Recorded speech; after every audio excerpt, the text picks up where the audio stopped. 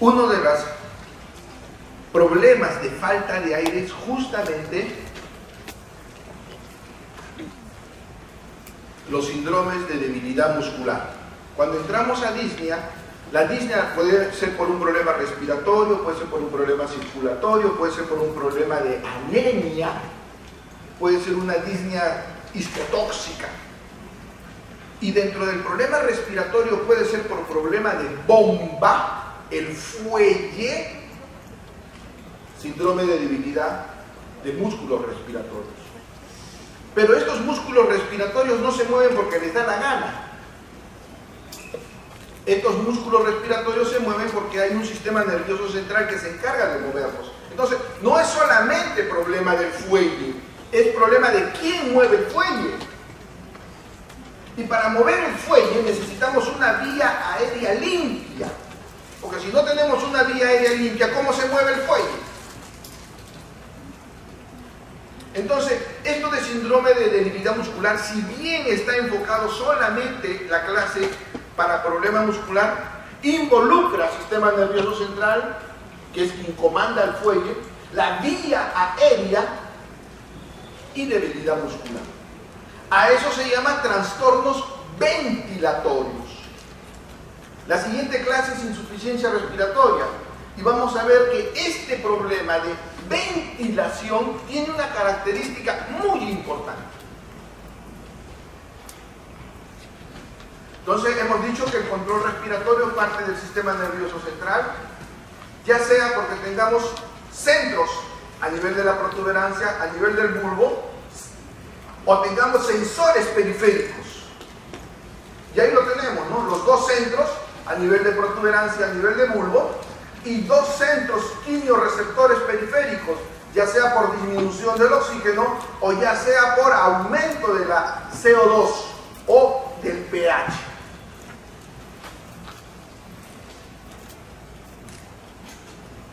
Hablábamos de la vía aérea. La vía aérea necesita estar completamente permeable, pero eso está dentro de un parénquima.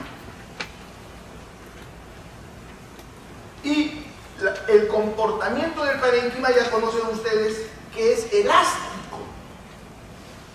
Hace que el aire que va a pasar por las vías aéreas no tenga mucha resistencia. Si tuviésemos un parénquima pulmonar rígido, fibrótico, el aire que va a pasar por la vía aérea va a tener resistencia.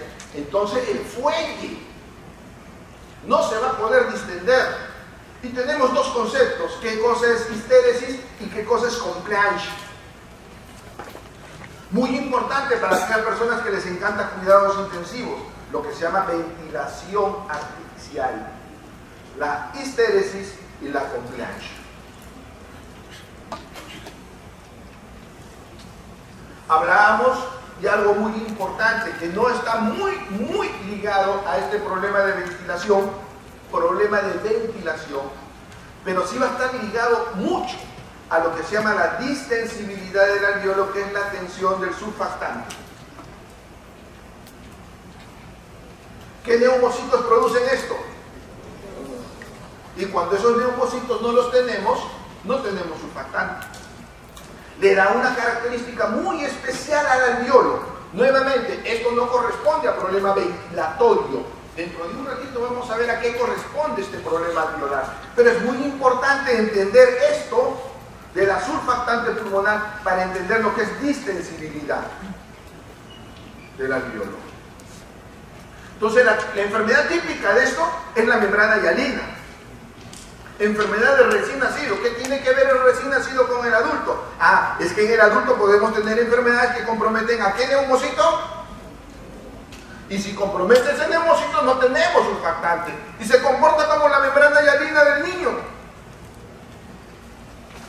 Y dentro de la apoptosis del neumocito 2 o neumocito 1, ¿cuál es el que más apoptosis tiene y menos reparación? Justamente el neumocito encargado de producir surfactante. Cuando tenemos una lesión masiva, ese paciente queda en ventilación por el resto de su vida. son muy difíciles de sacar porque no hay surfactante y todavía no tenemos un medicamento que reemplace el surfactante natural. Hablamos del diestrés respiratorio del adulto. Bueno, tenemos, entonces, empezaba mi conversación con respecto al sueño y para eso necesitamos una vía aérea. Y la vía aérea tiene un problema de conducción y un problema de respiración. Hasta el bronquiolo 16 es esencialmente conductor. No hay nada de alveolos, acá no hay nada de hematosis.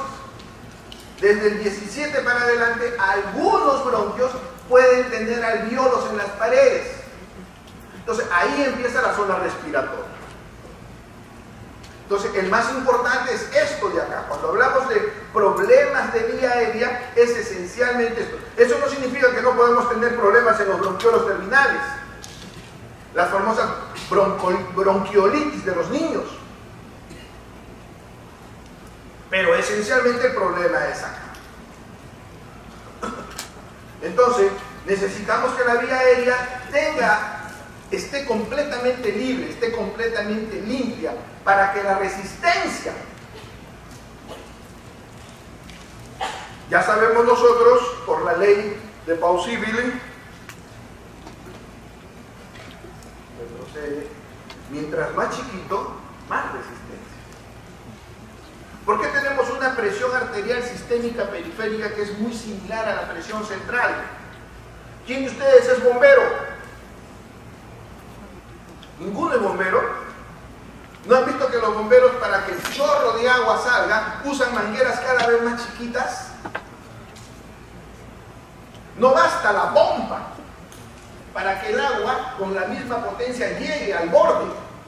Tienen que usar mangueras más chiquitas, porque a más chiquita, más resistencia, se genera más presión para que el agua salga con mayor presión. Igual es acá. Para que el aire pueda llegar al alveolo con la misma fuerza con que inspiramos, necesitamos que se vuelva cada vez más chiquito el bronquio. Entonces se va generando. ¿Qué sucede en las bronquiectasias? En las bronquiectasias se pierde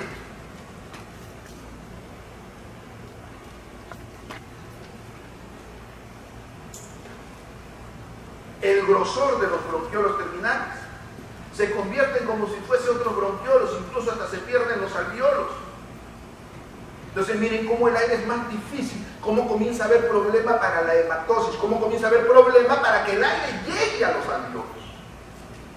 Pero les dije, no solamente depende del diámetro, sino también del parénquima. Un pulmón completamente rígido, pues no permite que esto se distribuya.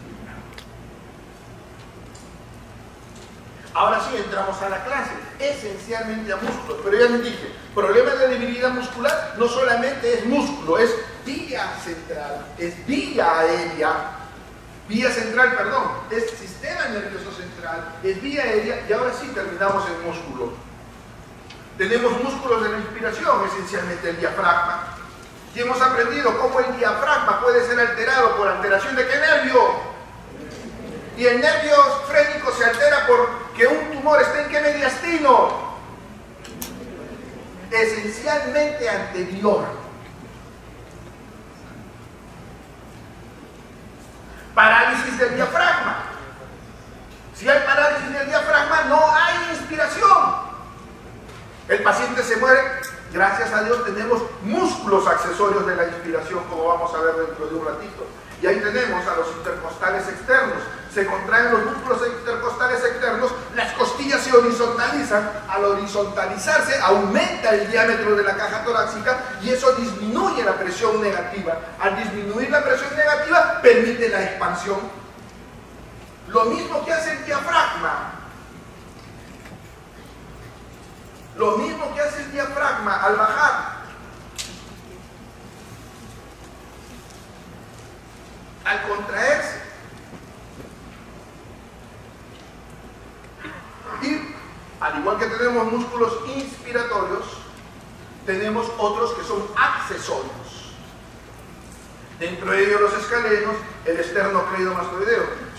Si nos acordamos, el escalieno y el esternocleidomastoideo tienen punto de fijación en las costillas superiores. Entonces, cuando se contraen, las horizontalizan. Todo lo que horizontalice las costillas aumenta la caja torácica y son inspiratorios. Pero son secundarios, no son los principales. El principal es el diafragma. Al revés, la expiración. La inspiración es un proceso pasivo. Deja de contraerse el diafragma, deja de contraerse los intercostales, se relajan y empieza la expiración. No necesitamos ningún músculo. Entonces, cuando tenemos falla de músculos, esencialmente lo que se compromete es la inspiración.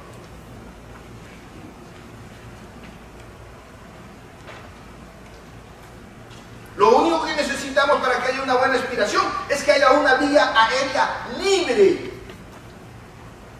Cuando la vía aérea no está libre, vamos a comprometer los músculos expiratorios para forzar el fuelle. Y ahí tenemos prácticamente los músculos expiratorios. Los intercostales internos bajan las costillas, todo lo que baje las costillas disminuye la caja torácica, expiratorio.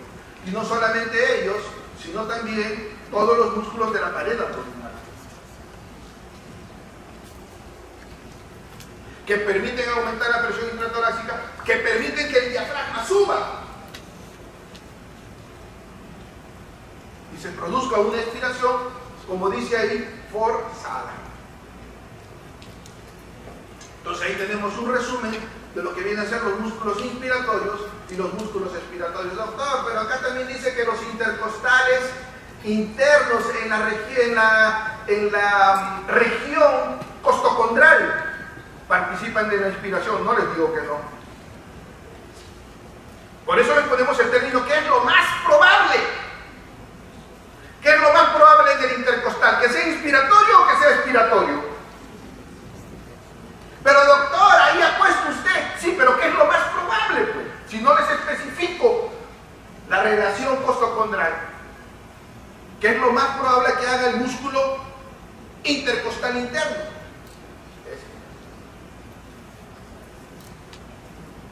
Entonces ahí tenemos prácticamente lo que hemos hecho en nuestro colegio física. Me imagino que todos hicieron en su colegio física, aunque ustedes son de otra generación, ya no se hacía física en los colegios, ya no tenían laboratorio, entonces ya no tenían la botellita que le rompían la base, que le ponían un diafragma y un globo en el centro, y mientras bajaba la base, se hinchaba el globito. Mientras subía la base, es decir, se relajaba, el globito se deshinchaba. ¿Qué es lo único que hacíamos acá? Aumentar la presión negativa dentro de la botella. Si no lo han hecho en los colegios, háganlo ahora. Es un vacío. Entonces, ya hemos hablado que la contracción muscular, es decir, la inspiración, depende del sistema nervioso central. Tenemos cualquier lesión del sistema nervioso central, vamos a tener un problema ventilatorio, esencialmente inspiratorio. Pero no solamente depende de ello, también depende de esto, la famosa placa minoneural. El doctor les hablaba algo de una famosa miastenia gravis, la famosa placa neural, mioneural. Se compromete esta placa minoneural. Entonces, ¿cómo va a funcionar los músculos? Entonces, no solamente tenemos problemas a nivel central, el paciente que llega por traumatismo craneal con compromiso ventilatorio, sino el paciente que tiene un tumor de mediastino anterior. Y no solamente, como vamos a ver dentro de un rato, problema a nivel de mediastino anterior. Y si hemos tocado el techo, sistema nervioso central, hemos tocado la base, la placa mioneural, tenemos que hablar de los nervios. El nervio frénico para el diafragma y los nervios intercostales, esencialmente para los músculos inspiratorios. Entonces el problema no solamente puede ser muscular, esencialmente puede ser de vía nerviosa central, vía nerviosa periférica y de placa mioneural. Ahí tenemos al nervio frénico. esto, para los que me decían que el nervio frénico estaba en el mediastino medio y en el mediastino posterior, está esencialmente en el mediastino anterior, por delante de la silueta cardíaca, por delante del pedículo. El pedículo pertenece al mediastino medio. ¿Un tumor de mediastino medio puede comprometer el frénico? Sí, yo no me digo.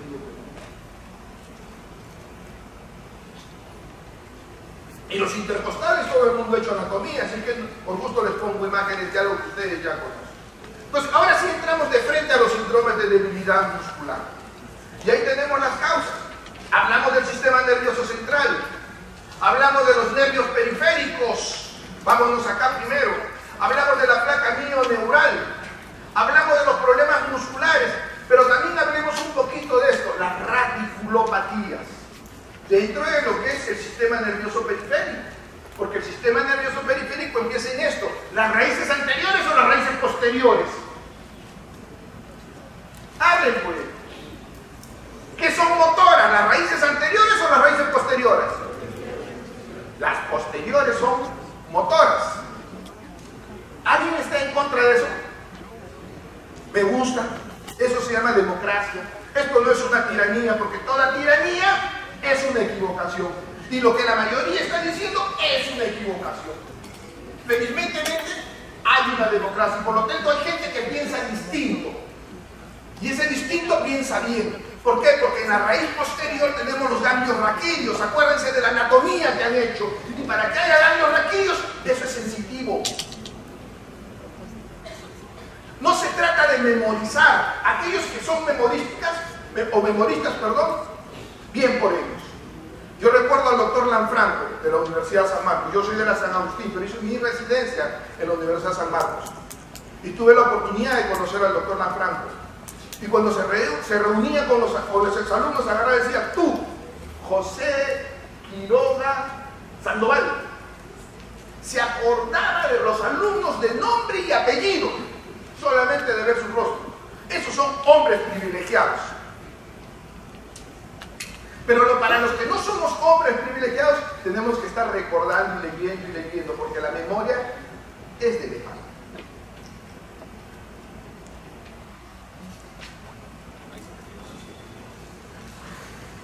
Entonces estábamos acá. Las raíces motoras, ¿cuáles son? ¿Anteriores o posteriores? Anteriores.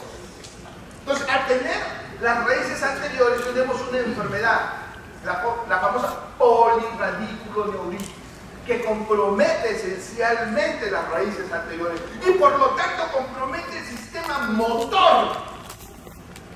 Una enfermedad ascendente que empieza desde los miembros inferiores y puede llegar hasta la cabeza. Pero a veces compromete rápidamente tórax.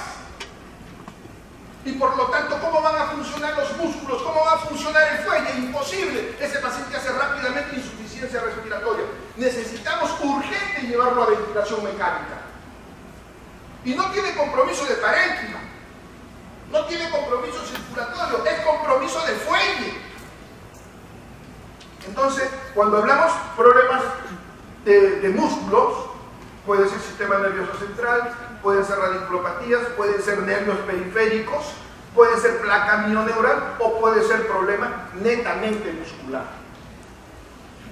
Y ahí tenemos la debilidad muscular, puede ser subjetiva, pero esencialmente lo que nos importa es esta, la objetiva. La subjetiva, me peleé con el enamorado, neurona objetiva, o me peleé con la enamorada, ¿no? Ahora que estamos en, ¿cómo le llaman? Educación, ¿cómo le llaman? En el colegio, para que no haya diferencia de sexo, no sé cómo es esa vaina. ¿No? Igualdad de género. Muy bien. Entonces tenemos neurona motora, nervios periféricos, placa neuromuscular y músculo. Y ahí tienen las distintas enfermedades. Entonces el cuadro clínico parte por dos conceptos. Un concepto que es debilidad y un concepto que es fatiga. ¿Qué cosa es fatiga? Es la debilidad del ejercicio. Estoy hablando de músculo, entonces no puedo hablar de disnea, porque disnea es la falta de aire. Pero ¿cómo expresa el músculo la falta de aire? Con fatiga. Una cosa es debilidad, otra cosa es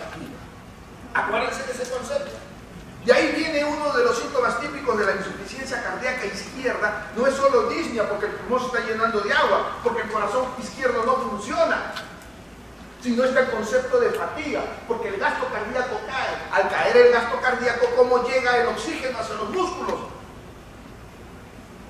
Entonces, la fatiga es la disnea de los músculos.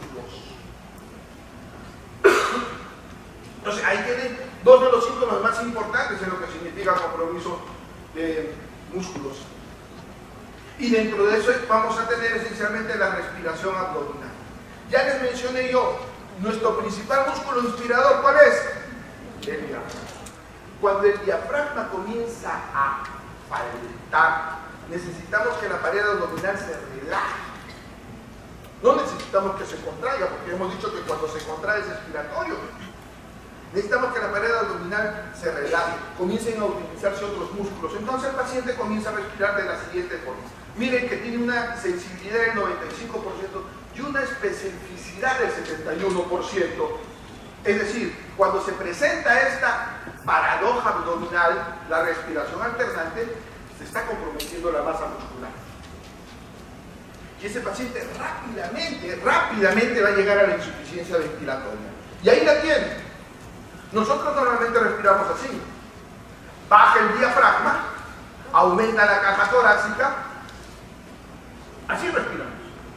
¿Qué cosa es la respiración paradojal? Es esto. Se relajan los músculos, comienzan a contraerse. ¿Para qué? Para que el diafragma pueda empujar y de esa forma tratar de aumentar la caja torácica.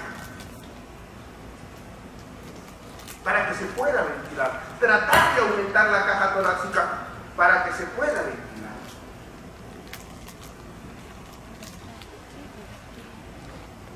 Entonces tenemos otros síntomas como es la disnea y el uso de músculos accesorios. Entonces ahí tienen los distintos problemas. Lo vamos a ver en neurología. ¿Cuándo es problema motor?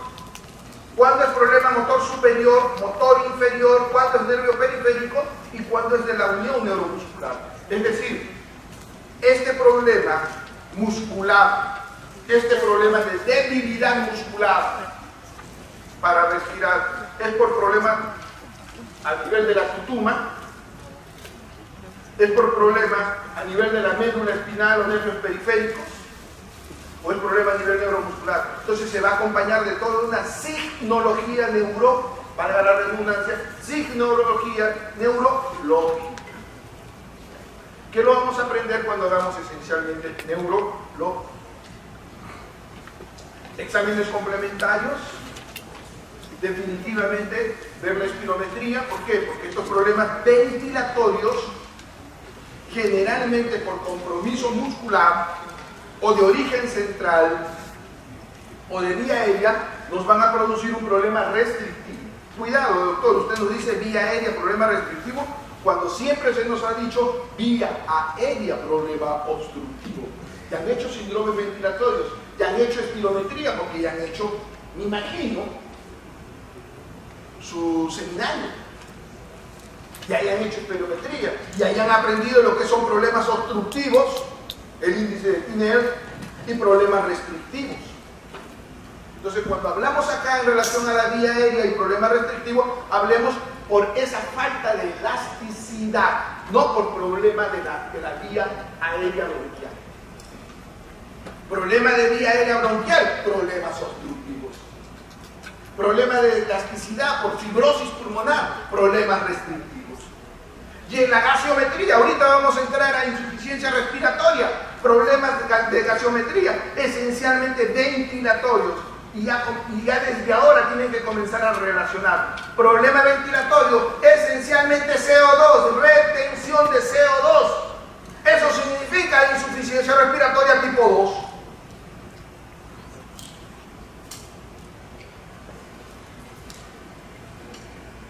2. Las otras pruebas para llegar a las etiologías. La espirometría, miren cómo está de restrictivo, tanto su capacidad vital está completamente disminuida, mírenlo como lo normal, y su proceso de ventilar como de expirar es completamente reducido. Típicamente, entonces, ¿cuál es la importancia? Puede necesitar ventilación mecánica a corto plazo, el diagnóstico temprano de un problema muscular, como es la miastenia gravis en los casos severos, como es el Guillain-Barré, que es el que más nos va a meter en problemas, como es el problema de una lesión cerebral. Es decir, este paciente va a ir, no digamos este paciente tiene, cuando tiene hasta el portero hace el diagnóstico. Nuestra obligación es saber que este paciente va a ir a problema ventilatorio. Y si va a ir a problema ventilatorio, ya tengo que estar preparando una vía aérea y una máquina. La severidad del cuadro debe ser identificada inmediatamente. Es una emergencia. Ya les habló el doctor las emergencias en relación a problemas de mediastinales. En relación a problemas musculares es una emergencia la identificación de pacientes que comienzan a tener tirajes, comienzan a tener problemas motores o tienen lesiones neurológicas, porque si el fuelle no funciona, el único tratamiento es darle un fuelle artificial. Estoy en la punta, doctor, no tengo ventilación. Bueno, tienes algo que se llama un ambú. Y por último, una boca. Para eso tienes que intubarlo y trasladarlo inmediatamente, porque sabes que tú no vas a poder hacer absolutamente nada. Es decir, identificar lo que se me viene. Los que hacen surf, ¿quién hace de ustedes surf? Nadie hace surf, no puedo creer. Lo primero que aprende el surfista es identificar la ola. ¿Cuánto va a crecer esa ola?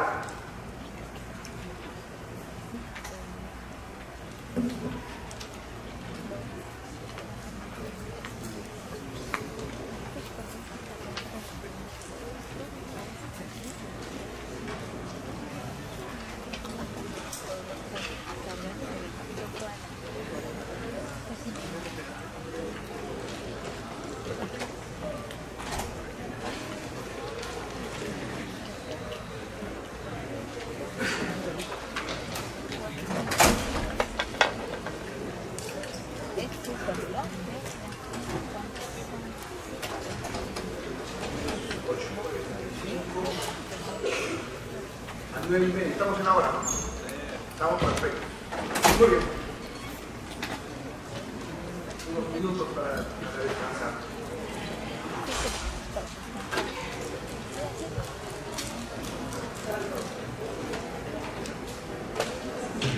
Si hubiese alguna pregunta, si de los exámenes hubiese alguna pregunta, ya les comentaba yo el reclamo que hubo. No me molestan los reclamos, hagan el primero, que es su derecho. Siempre traten de justificarlo como lo están haciendo hasta ahora. Y siempre trataremos de dialogar, siempre a través de su delegada. ¿Alguien tiene alguna pregunta en relación al contexto clínico de las preguntas? ¿Alguna duda en relación al contexto clínico de las preguntas, por favor?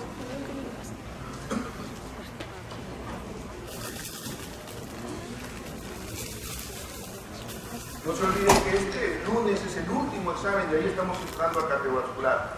En cardiovascular es muy importante que centren su atención la primera semana en lo que se llama ciclo cardíaco. La mayoría que desaprueba el curso de cardiología es porque no entiende el ciclo cardíaco. El ciclo cardíaco no traten de memorizarlo, por favor. Tienen que sentarse. Para eso tienen un seminario, para eso les he dejado un seminario con sus docentes de hospital, para que evalúen el ciclo cardíaco en el hospital. Pero por último, tienen películas, tienen grabaciones con video. Es muy importante que entiendan el ciclo cardíaco. Y eso es fisiología.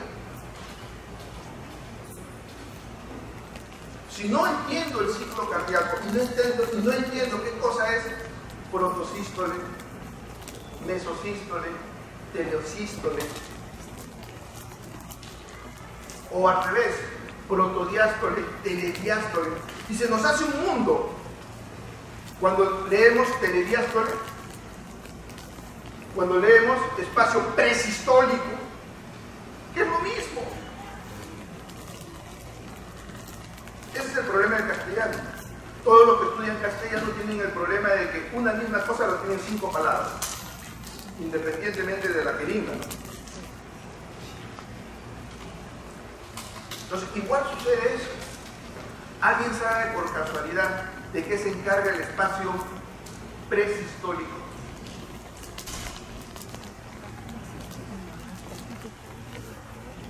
Es decir, el espacio telediastólico. ¿Alguien puede decirme de qué se encarga ese espacio, por favor? Es el último espacio de la diástole, telediastólico, el último espacio de la diástole. Y ese es un periodo especial. Es un periodo donde la sangre de la aurícula pasa al ventrículo, no en forma pasiva. Es el único momento donde la aurícula se contrae. La aurícula en el espacio proto y mesodiastólico no se contrae. Regresa a su posición normal. La sangre chorrea de la aurícula al ventrículo. En este último espacio, es decir, en el tercio final de la diástole, las aurículas se contraen. Y existe una enfermedad de la fibrilación auricular. La fibrilación auricular es una enfermedad en donde las aurículas no se contraen. Entonces vienen las preguntas en distintas formas. ¿En qué periodo la fibrilación auricular produce su efecto? Telediástole, presistólico. Y tiene otros 2 nombres más por ahí. Pero eso parte de conocer el ciclo cardíaco. No les digo que lo estudien ahora, porque ahora todos están estudiando aparato respiratorio. Pero para el primer sábado, es decir, la próxima semana, tienen que tener como un libro así, el ciclo cardíaco. Sin eso, van a tener las debilidades que tienen todas las promociones en cardiología. Muy bien, empecemos. Entonces, ¿qué cosa es insuficiencia respiratoria?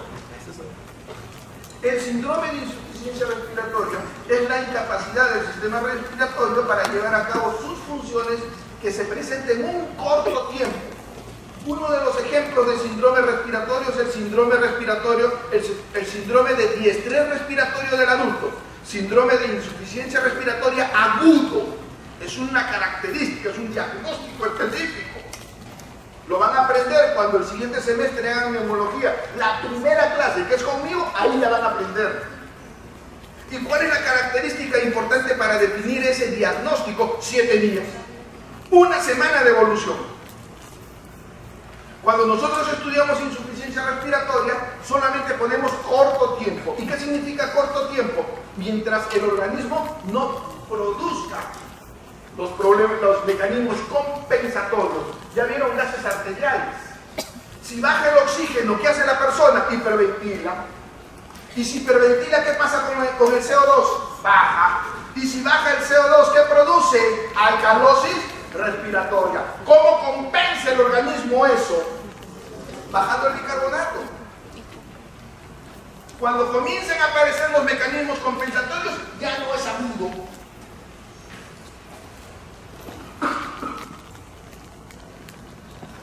La manifestación cardinal de esta falla en el recambio gaseoso es el desarrollo de hipoxemia. Parte la base, hipoxemia, con o sin hipercapnia. Pero no es cualquier hipoxemia. Ya el parámetro está definido. ¿Por debajo de cuánto tiene que bajar el oxígeno? De 60. Si está en 61, no es insuficiencia respiratoria, es hipoxemia. Pero para entrar al concepto de insuficiencia respiratoria, tiene que ser un PO2 menor de. Entonces, eso es lo que tienen que entender. Hacer diagnóstico de insuficiencia respiratoria a pacientes con este. ¿Qué pasó?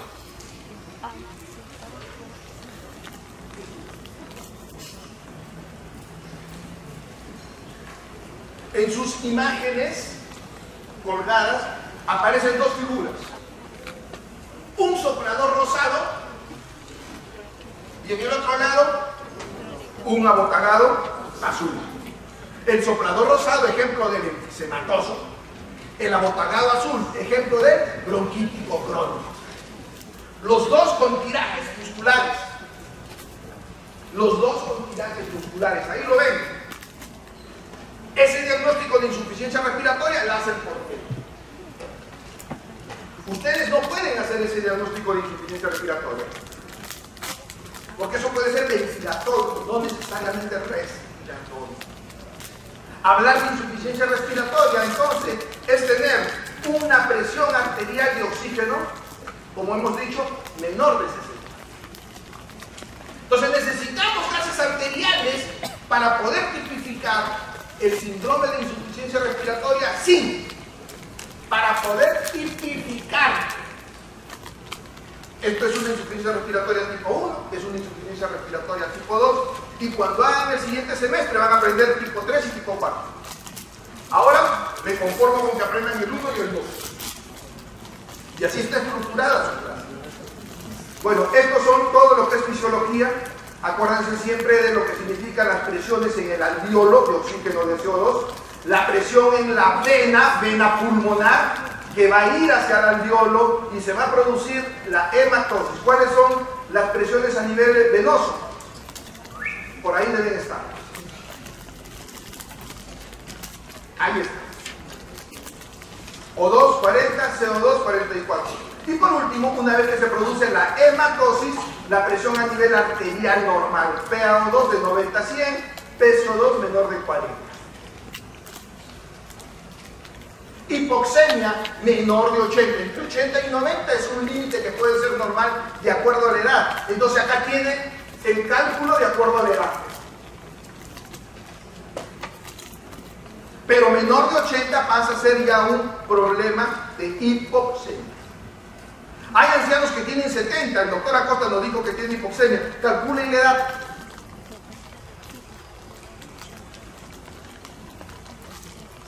Y 80 de PaO2 significa 95 de saturación. Dentro de un ratito vamos a ver esa regla. Al igual que ya tiene que comenzar a quedar en nuestra cabecita, 60 de PaO2 significa una saturación de 90. En nuestros tiempos, ser médico significaba estetoscopio. Es decir, cuando el alumno de básicas entraba a clínica, nuestro estetoscopio en el 40. Entrábamos así, pecho erguido, orgullosos. Casi médicos. Ahora ya no, ustedes llevan el estetoscopio en el bolsillo. ¿Qué cosa llevan en el cuello? Su pulsóxímetro. Su pulsóxímetro. ¿Está bien? Pero tienen que recordar eso. Un paciente con 90 de saturación, ¿qué es? ¿Es eso normal? No.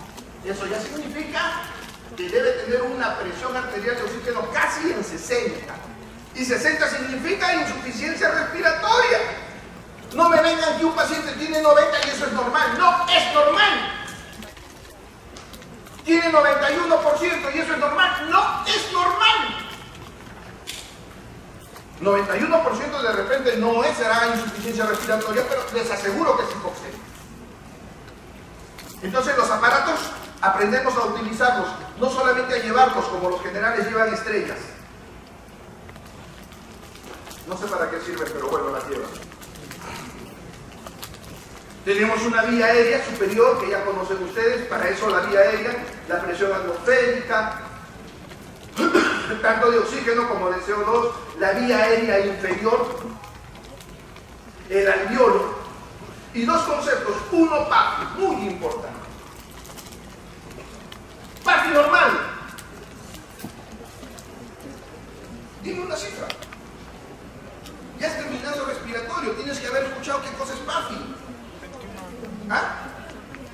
21% PAFI normal. ¿Y qué es PAFI?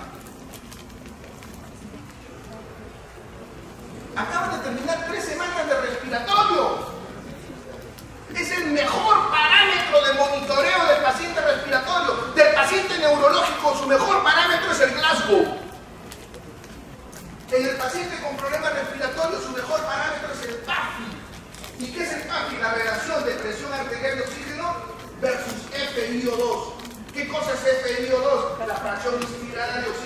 aire ambiental. ¿Cuánta es la fracción inspirada de oxígeno en aire ambiental? ¿Cuánta es la fracción inspirada de oxígeno en aire ambiental? 21% o 0,21. Hemos dicho que la presión arterial de oxígeno normal es mínimo 90. 90 entre 0,21, ¿quién lo saca?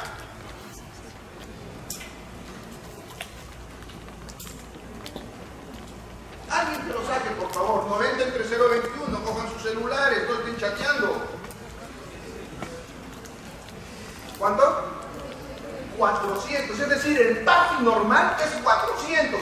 Sin embargo, me dicen 300. ¿Y por qué 300? Porque el libre dice PAFI anormal 300. Es decir, 310 es un PAFI normal. No, el PAFI normal es 400.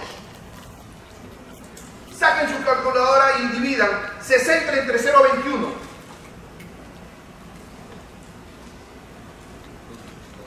60, que es de insuficiencia respiratoria. ¿Cuánto es?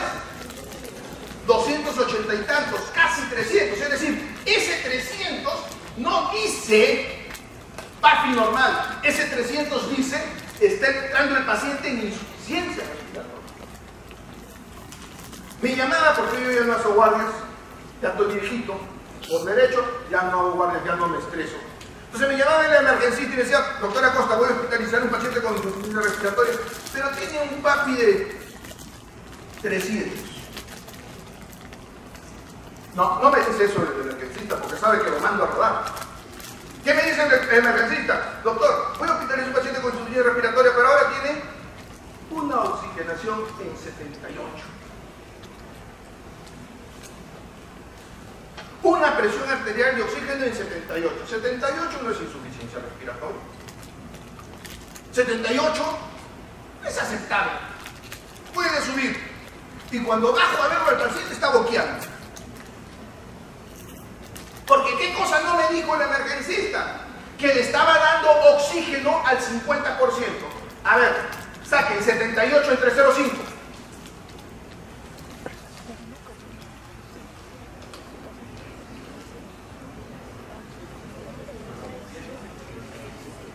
¿Ah? ¿100? Miren la insuficiencia respiratoria, tiene un PAFI de 156. Eso no me dice el emergencista. Tiene un PAFI de super insuficiencia respiratoria. Por eso el mejor parámetro para ver la monitorización de un paciente respiratorio que tenga hipoxemia es este concepto del llamado PAFI.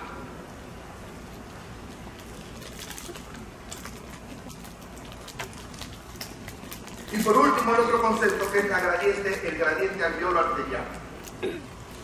Este concepto de gradiente alveolo arterial es muy importante. Causas de fisiopatología de insuficiencia respiratoria. Llámense causas fisiopatológicas de insuficiencia de hipoxemia. 1. Fracción inspirada de oxígeno. Si entra poco oxígeno al alveolo, va a tener hipoxemia. 2. Problema ventilatorio. Ya lo hemos estudiado. 3. Problema de ventiloperfusión. 4. Problema de difusión. 5. Shunts.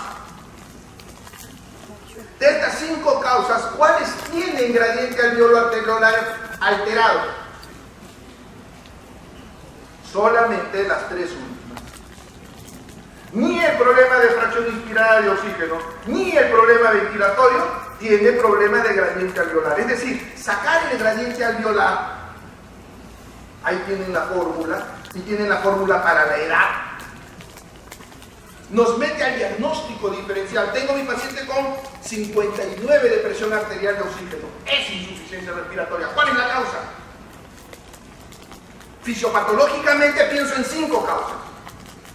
Pero si tiene un gradiente alveolar alto, ya no me interesa ni la fracción inspirada, ni el problema de ventilatorio. Solo me interesa enfocarme en las 3 últimas. Problema de ventiloperfusión, problema de membrana de difusión y problema de shunts.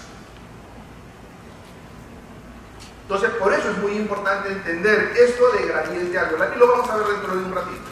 Bueno, definiciones de término las conocen. Si no las conocen, lean su clase. Y ahí tenemos, ¿no?, lo que dice Shapiro en el año 1994. Doctor, usted nos enseña medicina del siglo pasado. Hasta ahora Shapiro es el padre de lo que significa terapia respiratoria en cuidados intensivos. Pero para él, la hipoxemia empieza con menos de 80, que es lo que hemos conversado.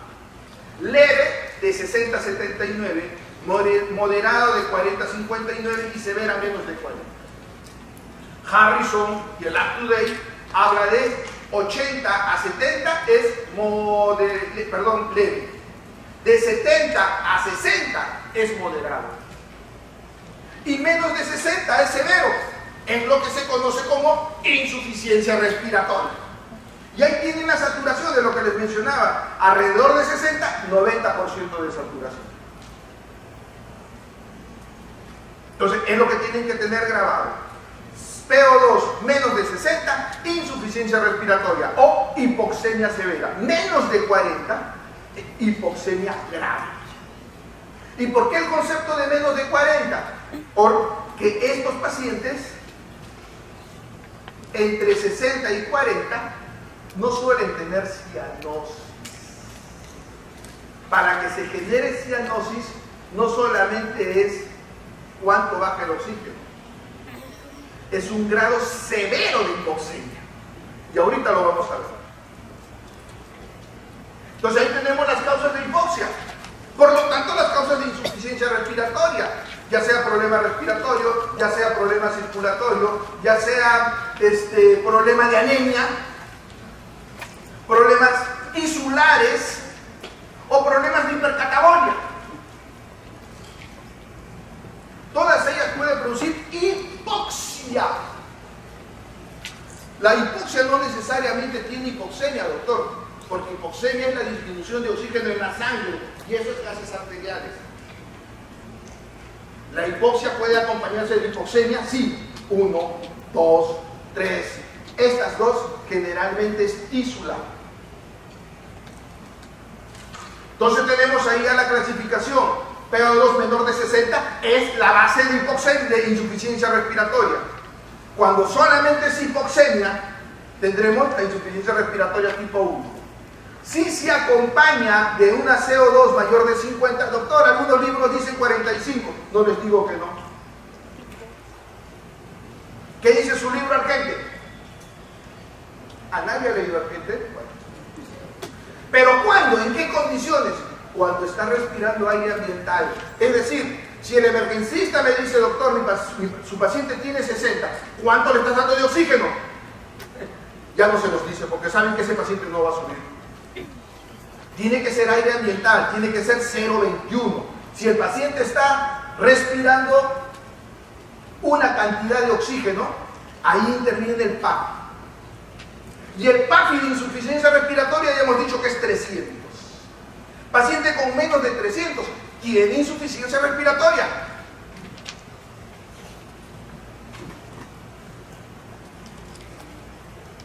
Entonces, respirando aire ambiental, el paciente tiene que estar en reposo y en ausencia de alcalosis. Y tiene que ser una situación de corto periodo de tiempo. Si no, no es insuficiencia respiratoria aguda. De repente es crónica, que es la siguiente clase. Entonces ahí tienen ustedes la clasificación. Cuando la hipoxemia es pura, cuando la hipoxemia se acompaña de CO2 elevado, la hipoxemia severa, esa menor de 60, se acompaña de CO2 elevado, tenemos la insuficiencia respiratoria tipo 2. Les mencionaba el gradiente alveolar arteriolar. La tipo 1 siempre está con el gradiente alveolar arteriolar elevado. La tipo 2, siempre el gradiente alveolar arteriolar es normal. Y ahí tenemos los mecanismos: alteración ventilo-perfusión shock y membrana de difusión. Acá tenemos los mecanismos esencialmente ventilatorios. Y cuando hablamos de ventilatorio, esencialmente lo que hemos hablado en la clase anterior. La fracción inspirada de oxígeno no es un problema ventilatorio. Y ahí tenemos los ejemplos típicos, ¿no? 60, saturación menos de 90, y el CO2 está normal o bajo. Y si quieres agregar PAFI, le puedes agregar PAFI como hemos hablado de 300. El gradiente alveolar arteriolar, como han visto ustedes acá,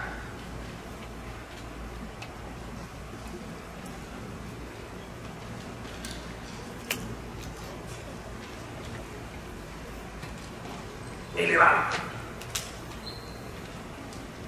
Y en lo que corresponde al tipo 2 o ventilatorio, nuevamente la presión arterial de oxígeno tiene que estar menos de 60, sí, si no, no es insuficiencia respiratoria. Pero se le asocia retención de bicarbonato, perdón, retención de CO2. Si el paciente está teniendo retención de bicarbonato, ya no es agudo. Podrá ser subagudo, pero ya no es agudo, porque hemos dicho, no tiene que haber mecanismos compensatorios. Si el paciente comienza a elevar el CO2, ¿cuál es el mecanismo compensatorio? Retener bicarbonato. Entonces, cuando ya tiene retención de bicarbonato, ya no es. Eso lo han estudiado ustedes en la clase de gases arteriales. Acuérdense de la diapositiva del doctor Avilés. Agudo, subagudo y crónico. Creo que fue pregunta del examen. Y tienen ahí las causas de hipoxemia y las causas hipercálmicas. Causas hipercálmicas con pulmón normal. Mire, causas hipoxémicas con pulmón normal. Le toman la radiografía y el pulmón está ahí negrito. Sin embargo, está reteniendo CO2. Problema de intoxicaciones, sobredosis de fármaca que lo tienen al paciente en coma, trastorno, traumatismo encefalocraniano, trastornos neuromusculares, todo lo que es ventilatorio. Pero también puede haber causas con pulmón anormal, vía aérea.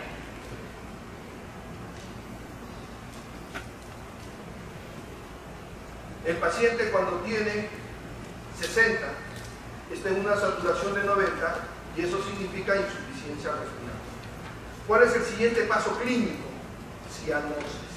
Generalmente el paciente empieza la cianosis cuando tiene una PO2 de 50, definitivamente cuando tiene una PO2 de 40. ¿Y qué saturación tiene ese paciente? Por debajo de 80, 70, significa 75. Si su paciente tiene cianosis, les aseguro que su paciente tiene alrededor de 75% de saturación. Eso significa una presión arterial de oxígeno entre 40 y 50. Miren la gravedad de la insuficiencia respiratoria. Ahora, este detalle de las curvas puede ser tirado hacia la derecha o puede ser tirado hacia la izquierda. Si es tirado hacia la derecha, significa facilidad para que la hemoglobina suelte el oxígeno, como puede ser en la acidosis, en la retención de CO2, en la fiebre, en el aumento del 2,3-trifosfoglicerato. Mecanismo de compensación, aumento de 2,3-trifosfoglicerato. ¿Para qué? Para que los pacientes que tienen hipoxemia faciliten el oxígeno. O al revés, la curva puede ser tirada hacia la izquierda, como por ejemplo en las alcalosis, por lo tanto disminución de CO2, disminución del 2,3-trifosfoglicerato. En la hipotermia, es difícil que la hemoglobina suelte el oxígeno. Entonces las curvas pueden cambiar. Gradiente alveolar arteriolar, ya les dije un pequeño preámbulo. Superior a 20 es considerado patológico. Cuando tenemos problema de gradiente alveolar arteriolar sirve para distinguir si es un problema pulmonar o es un problema extrapulmonar. Si es extrapulmonar, parrilla costal, músculos, sistema nervioso central. Es un problema extraparenquimal pulmonar. Llámese pulmonar, parenquimal pulmonar. El gradiente es completamente normal. Y ahí viene la fórmula para hallar el gradiente alveolar arteriolar. Para eso tienen que tener gases arteriales, sí. El otro problema es la relación ventilo-perfusión. Ya saben ustedes que la ventilo-perfusión generalmente es alrededor de 0,8. Es lo normal. Este gradiente alveolar arteriolar puede cambiarse porque colapsan los alveolos y lo llevan hacia el infinito, perdón, lo lleva a 0, lo bajas a 0, 0,8 lo bajas a 0, cuando el problema ventilatorio, cuando los alveolos están completamente comprometidos. Miren, la perfusión es normal, los alveolos están comprometidos y a eso se llama shunt.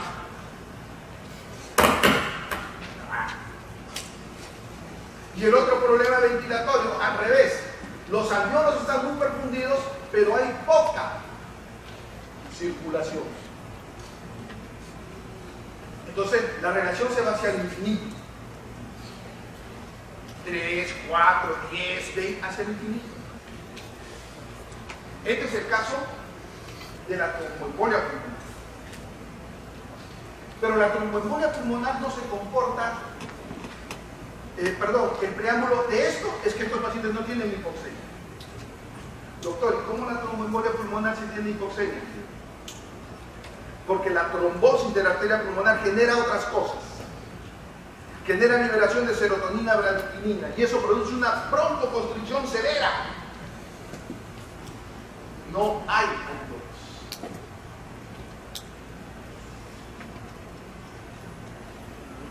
Entonces ahí tenemos las zonas de West, donde lo normal es 1 a la mitad del pulmón.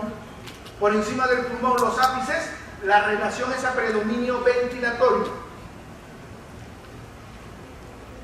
La relación es a predominio ventilatorio. En cambio, las bases, la relación es a predominio de perfusión. Las bases en esa relación están más perfundidas que ventiladas. Los ápices en esa relación, el área de West superior, están más ventiladas que perfundidas. Por eso es que al Mycobacterium les gusta el oxígeno. El Mycobacterium prefiere las áreas de oxígeno. Ya saben por qué compromete esencialmente los ápices.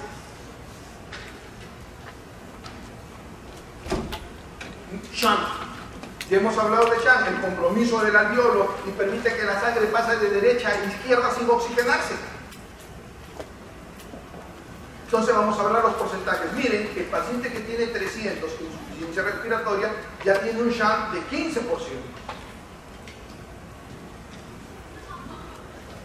El paciente que tiene 400, que para muchos dicen es normal, ya tiene un Shunt de 50%. ¿Cuánto es el Shunt normal? No más del 5%. Fisiológicamente hay un poco de sangre que pasa por los bronquios. ¿Se acuerdan que el aparato respiratorio tiene una irrigación nutricia y una irrigación ventilatoria? La irrigación nutricia pasa por las arterias bronquiales, venas bronquiales hacia las arterias bronquiales. Entonces, no toda la sangre del aparato respiratorio pasa por alvéolos. Menos del 5% tiene ese circuito.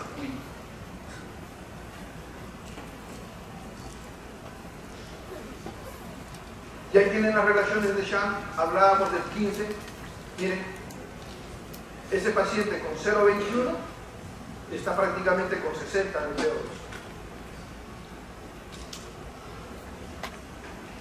Entonces, cuadro clínico de insuficiencia respiratoria.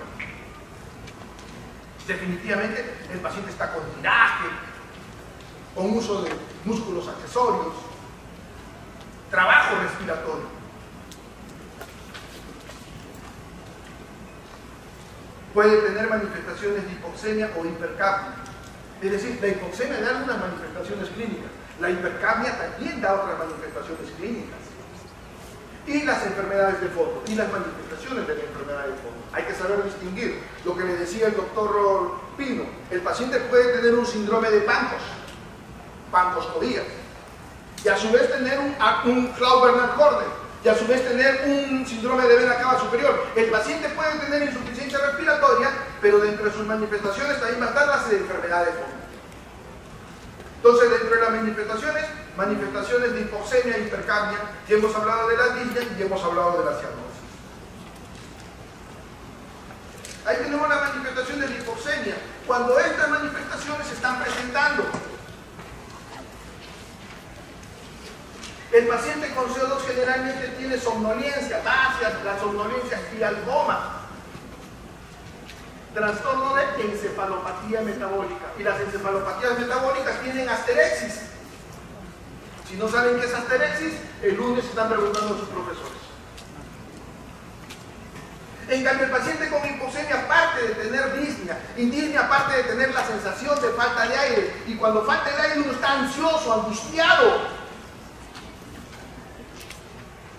Entonces podemos tener manifestaciones neurológicas de hipoxemia y manifestaciones cardiovasculares de hipoxemia, en donde ahí están las más comunes, incluida hipertensión arterial o de CO2. La más común, somnolencia, coma, hipertensión endocraniana, hipertensión pulmonar.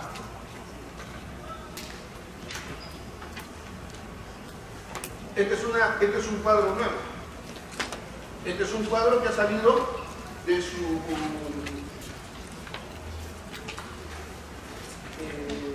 informe de insuficiencia respiratoria que está en su aula virtual.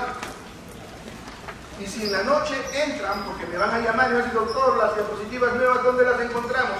Si ustedes llegan a su casa y bajan la nueva clase que ha sido actualizada ayer, la van a encontrar. Entonces vienen, miren, manifestaciones neurológicas, doctor, pero usted nos dijo que la somnolencia es típico del hipercambio. Sí, cuando se comienza a instalar. Pero cuando tenemos una insuficiencia respiratoria grave con una presión arterial de oxígeno en 40, también va a tener somnolencia.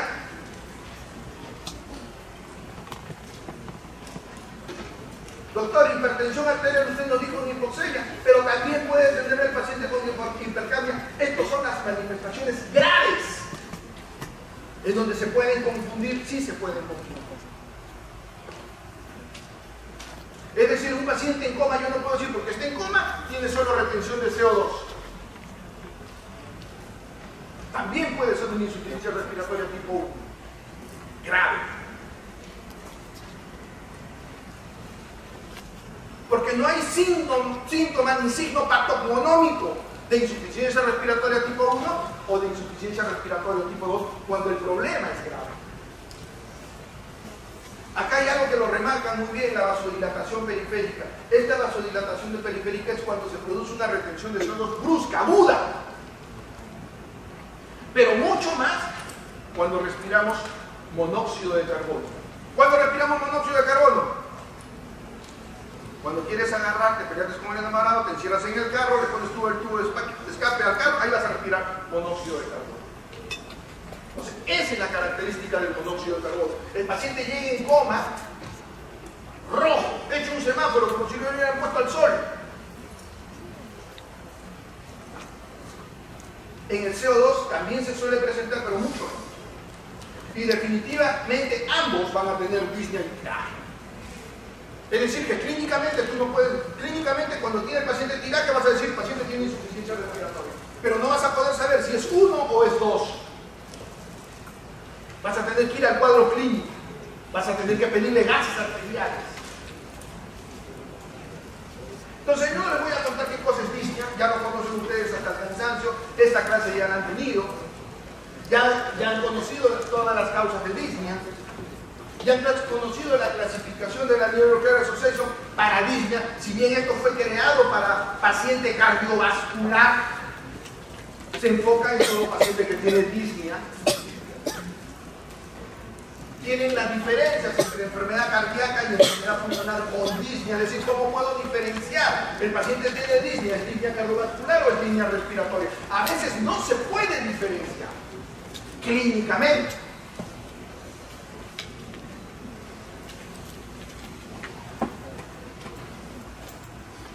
Y diferenciando de la hiperventilación.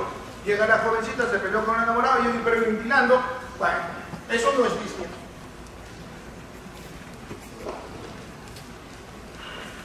Distintos nombres de la disnea, conocen ustedes lo que es tripopnia, ortopnia, platimnia, plegaria malaventana nos mete al diagnóstico de derrame. Ya les hablaba el doctor, esa ingurgitación yugular. Ingurgitación yugular, hay insuficiencia cardíaca derecha y se olvidan del derrame. Hace poco presentaba un caso clínico en el grupo de la FAP sobre derrame pericárdico, pero decían no, insuficiencia cardíaca derecha. Se olvidan que la ingurgitación yugular también puede ser por derrame pleural, perdón, derrame pericárdico.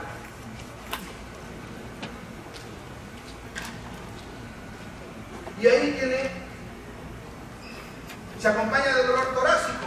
Pensar en neumotórax, pensar en tromboembolia pulmonar, y así sucesivamente. Cianosis, ya hemos conversado de cianosis, les mencionaba, para que tengamos cianosis, la saturación de oxígeno tiene que estar entre 75 y 85%. Un paciente con 4 de hemoglobina, 4 4 de hemoglobina. ¿Tiene cianosis? No. ¿Por qué? Porque se necesita entre 4 y 5 gramos de hemoglobina desoxigenada para tener cianosis. Si tiene 4 de hemoglobina, ¿cómo va a tener cianosis? Mire, es decir, la palidez, la anemia severa, extrema, no va a tener cianosis. Entonces, los problemas de insuficiencia respiratoria, ya hemos aprendido, pueden ser extrapulmonares o pulmonares. Si son extrapulmonares, pared torácica. Si son respiratorios, y si es cardiovascular, que son las causas más frecuentes. Igual lo tienen ahí por causas, solamente problema pulmonar y problemas de boca, el fuelle. Entonces, dentro de la fisiopatología ya hemos conversado de esos 5 mecanismos. Siempre acuérdense de fisiopatología. Cuando estén presentes frente al paciente, ustedes diagnostican insuficiencia respiratoria, su fisiopatología es tal. ¿Cuál de estas 5 causas es? Por clínica, por gases arteriales, ¿cuál de estas 5 causas es? Porque si no identifican rápidamente la causa, pueden matar al paciente. Entonces tenemos este cuadro. Todos los niños. Todas van a tener hipoxemia. Acá está. Todas van a tener hipoxemia, porque es causa de insuficiencia respiratoria. Todas van a tener hipoxemia. Gradiente alveolar arteriolar. Mire, FiO2 baja, normal. Hipoventilación, normal. En las otras está aumentando. ¿Y cómo distinguir las otras? Darle oxígeno, le dan oxígeno al 100%, eso significa FiO2 1, y van a ver cómo el desequilibrio ventilo-perfusión mejora, la alteración por difusión mejora, la única que no mejora es la visión intrapulmonar. Entonces eso nos va a meter a los diagnósticos de shock intrapulmonar, diestrés respiratorio del adulto, edema pulmonar cardiogénico y no cardiogénico, neumonía severa, fibrosis pulmonares severas, es decir, todo aquello donde el alveolo colapsa, pero permite una buena perfusión, eso es shock. Todo aquello donde el alveolo colapsa, pero permite una buena perfusión, eso es shock. Y ahí tiene este cuadro, doctor, no está en nuestras impresiones, está en las clases que yo les he mandado. Nuevamente, no le tomes foto, porque si tú lo bajas, lo actualizas en la noche, lo vas a tener. Ya está colgado la actualización, ¿no es cierto? Entonces tenemos insuficiencia respiratoria, aparte de un CO2 menor de 60. Esta puede ser con CO2 baja, tipo 1, o puede ser con CO2 alta, tipo 2. CO2 baja o normal, inmediatamente la radiografía. Pueden tener pulmones claros, miren, o pueden tener opacidades pulmonares. Miren la neumonía, cómo se va a repetir en otros. CO2 elevado. Inmediatamente vemos el gradiente alveolar arteriolar. Si el gradiente alveolar arteriolar es normal, estas son las causas. El fuelle. Si el gradiente alveolar arteriolar es anormal, la radiografía, con radiopacidades difusas o con problemas extrapulmonares, pero, por ejemplo, derrame pleural, que no está acá, como por ejemplo, tórax batiente, que no está acá, como por ejemplo, hemorragias, que no está acá.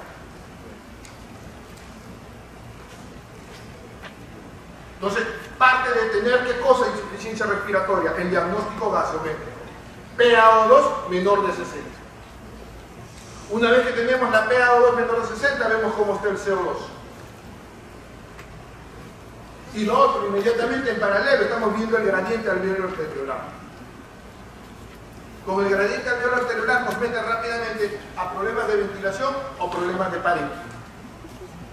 Dentro de los problemas de ventilación, pero que tienen CO2 normal o bajo, fracción inspirada de oxígeno. Si el paciente tiene un gradiente elevado y tiene hipoxemia, le voy a ofrecer oxígeno. Responde al oxígeno, ya sé que el problema es o ventiloperfusión o membrana de difusión. No responde al oxígeno, ese paciente tiene shunt. Eso tiene que ir a ventilación urgente. No hay otra forma de corregir.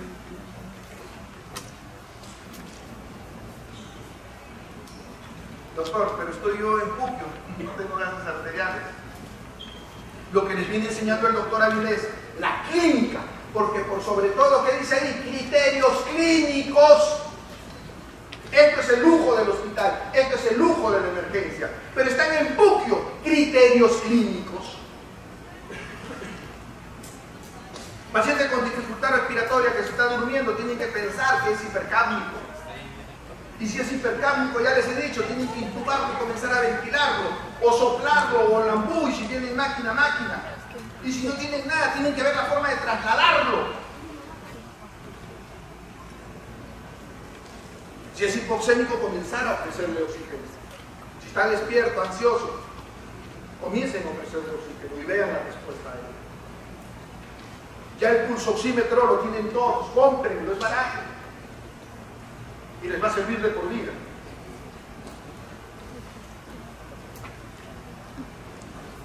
¿Alguna pregunta, joven?